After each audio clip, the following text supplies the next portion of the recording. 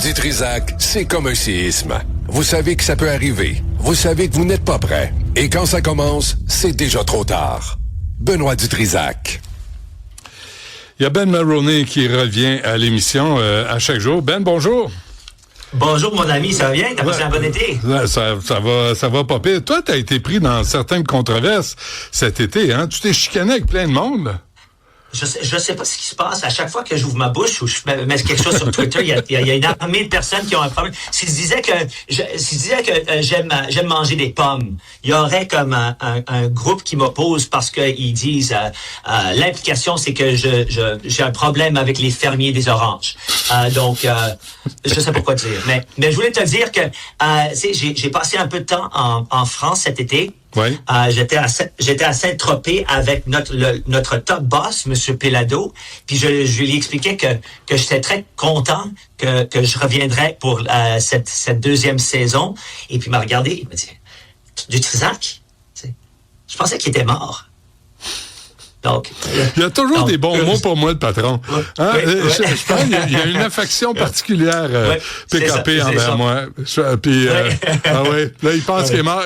Probablement qu'il pensait qu'il allait hériter. Tu sais, Pierre-Carl, je suis désolé, tu vas hériter de rien. J'ai rien à ton nom. Rien pantoute. Même pas un livre de recettes. Bon, alors, t'as rencontré Chris Alexander. D'abord, qui est? C'est un ancien ministre de l'Immigration. Oui. C'est ça.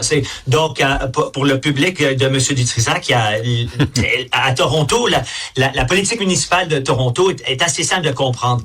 Du côté gauche du spectre politique, le groupe Progress TO, la candidate Olivia Chow, ils sont très organisés, ils sont très mobilisés, ils savent comment gagner ces élections. Ils savent pas gagner au niveau fédéral ou provincial, mais au niveau de la ville, ils savent comment gagner.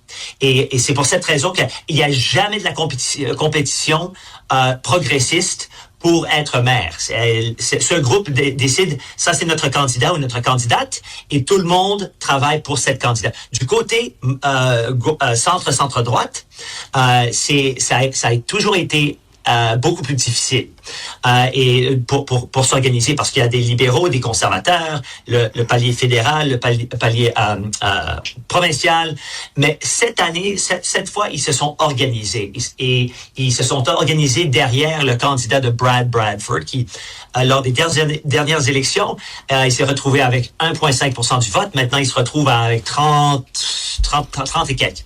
Mais pratiquement excuse-moi Ben, mais comment t'expliques l'écart entre 1 et 30%?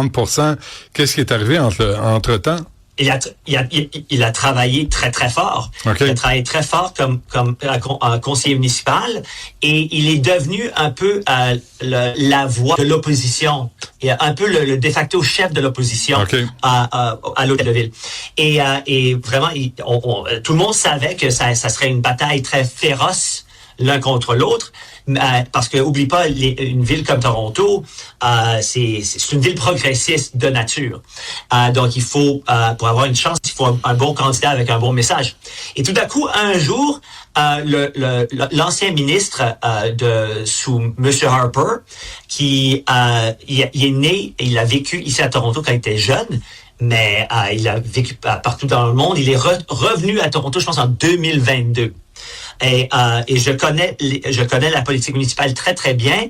Le nom de Chris Alexander n'existait pas à ce palier. Il n'y a personne qui le connaît en ce qui concerne la dynamique municipale. Et tout d'un coup, lui, le Toronto Star nous dit, il considère sa candidature. Et je connais beaucoup de journalistes qui disent, mais il y avait aucune idée c'est la machine derrière ce candidat. Puis il a décidé d'embarquer dans cette candidature. Et je te dis, c'est la campagne électorale la plus étrange que j'ai jamais vue de ma vie, parce que il annonce sa candidature, et tout d'un coup, il y a un sondage municipal. Tout d'un coup, il y a personne qui le connaît. Il y a déjà 10% du vote. Chris 10%. Alexander. Maintenant, il est à 11%. Il est 11%. Et si tu calcules le vote de Chris Alexander et le vote de Brad Bradford, c'est plus que le vote pour Olivia Chow. Mais est-ce que les deux pensent s'allier? Parce que Chris Alexander, il parle bien français. Mais on ne sait pas ce que pense M. Alexander parce qu'il nous a proposé aucune idée, aucune solution. Ça n'existe pas. Si tu vois, mais Ben, oui. ça peut pas être pire qu'Olivia Charles, ça cramouille. Ben, elle a plus que 40% des voix à ce point-ci. Donc j'ai fait une entrevue avec M. Alexander sur mon la fin de semaine, la semaine dernière. Et je lui demandais, mais il a dit, écoute, Ben, après les dernières élections, le volet centre droite, il s'était pas unifié. Et il y a quelques semaines, il y a des douzaines et des douzaines de personnes respectées de haute gamme, d'influence à Toronto. Ils m'ont approché pour me dire qu'on n'a pas notre candidat. Et Chris, tu es notre candidat. Et j'ai dit, OK, donne-moi un nom, le nom d'une personne qu'on connaîtrait, qui pense que c'est une bonne idée. Il pouvait pas me donner un seul nom, pas un nom. Et tu penses que sa campagne, après le désastre de cette entrevue, ils auraient un plan pour au moins dans les 2-3 prochains jours nous introduire à ceux qui poussent pour Chris Alexander, mais il y a rien qui arrive. Donc je ne sais pas ce qui se passe. Il y a des gens qui pensent que peut-être qu'il a été embauché pour aider la campagne de Madame Chow. Ah, oui. Je pense que c'est une théorie absolument folle parce que c'est un homme de grand accomplissement. Il était notre ambassadeur en Afghanistan. Je pense pas que c'est plausible du tout. Mais il me semble que le problème, c'est que mais il me semble qu'il est relativement connu, Chris Alexander, au Canada anglais.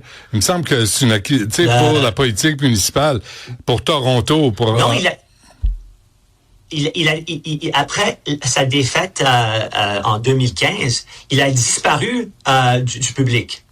Et moi, je sais, il habite assez près de chez moi et je savais même pas qu'il habitait ici. C'est pas une voix, c'est pas un personnage public ou d'influence au niveau municipal à Toronto. Donc c'est étrange, je sais pas, je peux pas l'expliquer. Un autre 4 ans d'Olivia Chow, la ville ne s'en porte que mieux. Ben oui. Ah boy, bonne chance. Ta mairesse favorite, mon ami. Non, j'ai la mienne ici avant à Montréal. Okay. On va voir ce que ça donne, mais mettons que ça augure mal. On se laisse là-dessus, Ben, on se reparle demain. Merci. Bye. Salut.